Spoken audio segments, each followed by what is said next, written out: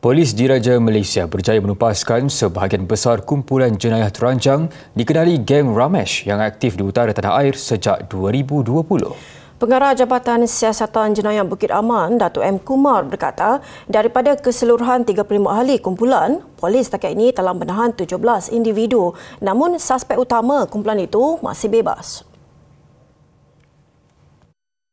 Datuk M. Kumar berkata suspek utama kumpulan itu ialah seorang lelaki tempatan berusia 36 tahun dikenali sebagai Ramesh Govinda Rajan. Siasatan mendapati kumpulan berkenaan mempunyai struktur organisasi tersusun dan terlibat dalam pelbagai jenayah kekerasan termasuk rompakan, mendatangkan kecederaan parah, pengedaran dadah serta sekurang-kurangnya 2 kes bunuh.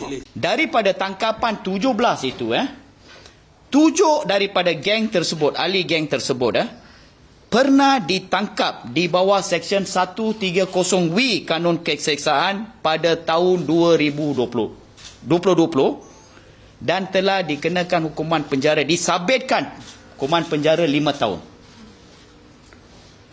dan keluar pada Januari 2024.